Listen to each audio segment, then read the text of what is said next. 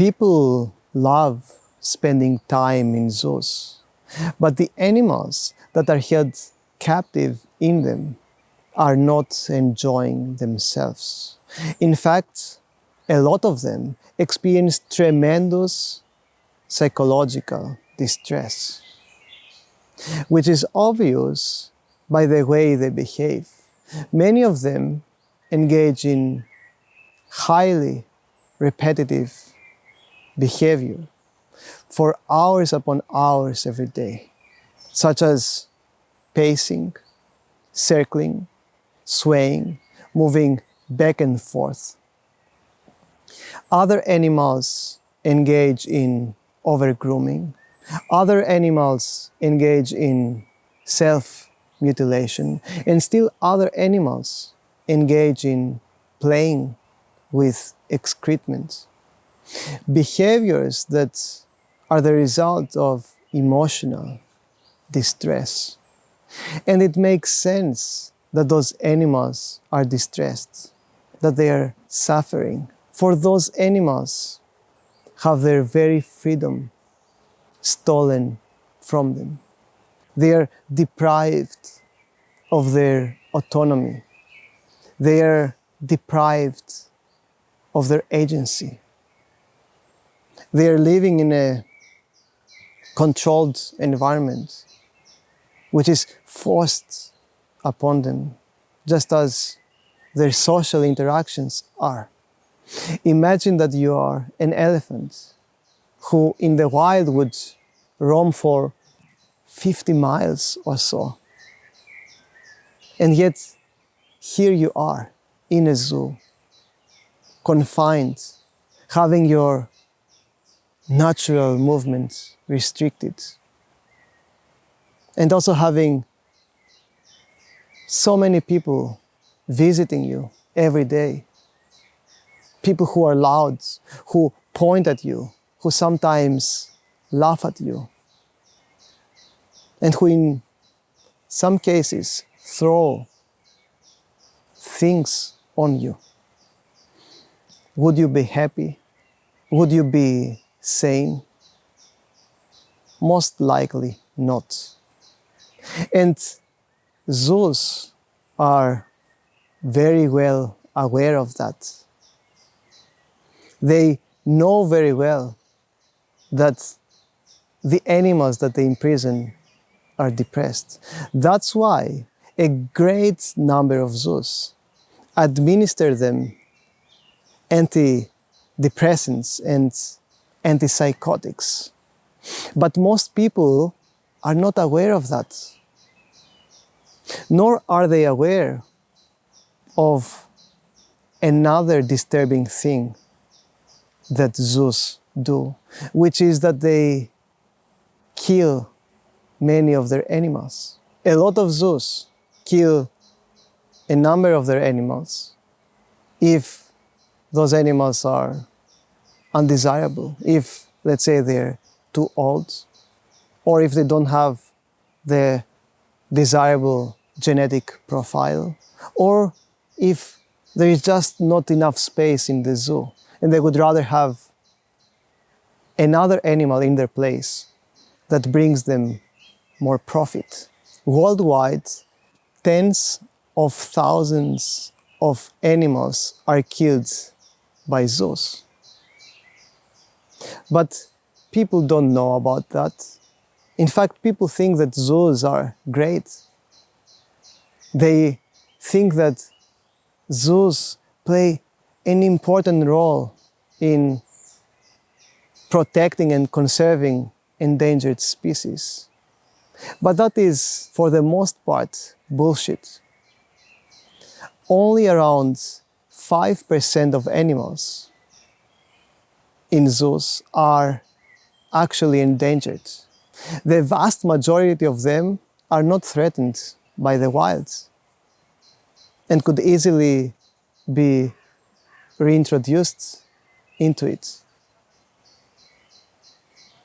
And yes, there have been cases where zoos played an important role in reintroducing some species into the wild. But does that justify and trapping so many animals, hundreds of thousands of them, for no reason? Well, the reason is to make profit. You see, most zoos, not all of them, but most of them, prioritize profit over animals' well-being.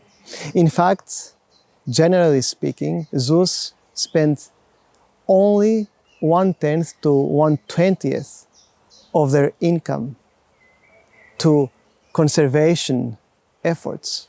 Zoos is a very profit-driven industry. Now, another reason that people give in favor of zoos is that zoos can help humans to reconnect with wildlife and inspire them to protect and conserve it. But that is not quite true either. In fact, studies suggest otherwise. For example, one study showed that people do not have different views on animals before and after going to the zoo. Another study that closely followed people in zoos found that less than 30% of them would read the signs or would have any meaningful discussion about the protection or conservation of wildlife.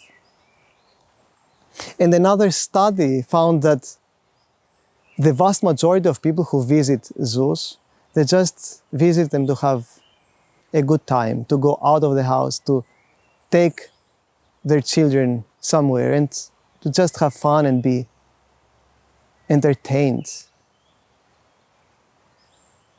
Now, I'm not saying that there are not people who are actually inspired by zoos to take action to conserve wildlife. But is this the best that we can do? Are there not alternatives? Do we have to imprison and abuse animals in order to be moved to protect nature? Well, hopefully there are better alternatives. We could, for example, show people films, movies, documentaries. Or we could nowadays immerse them in virtual reality. Those are ways to educate and inspire people without abusing animals. Another way would be simply to spend more time in nature and to allow children to be in nature much more than they currently are. They do not necessarily need to see tigers and zebras. If they connect to nature, they will still care about wildlife. I have never seen a whale, but I care for whales. I want them to be conserved. I don't want them to die because my love for nature is extended to them. So zoos don't really play an important role in animals' well-being. Actually, they do way more harm than good. So what could we do instead? What could we do to engage in the conservation of wildlife? Well, one way would be to send animals of endangered species to animal sanctuaries that prioritize animals' well-being over profit. In places where people truly care about animals. In places that are designed in a way that mimics as much as possible wild habitats. Another thing that we could do is to support national parks. National parks tend to do great work when it comes to protecting and conserving wildlife. Another thing that we can do is to support organizations that actually care about wildlife. Organizations, for example, that help restore natural habitats, that help, let's say, to reforest habitats that were destroyed by humans. Animals of endangered species will never be able to be reintroduced into the wild until they have a healthy home to go to. So these are just a few ways that we could help protect endangered species. So let's stop supporting zoos and let's start supporting things that actually matter.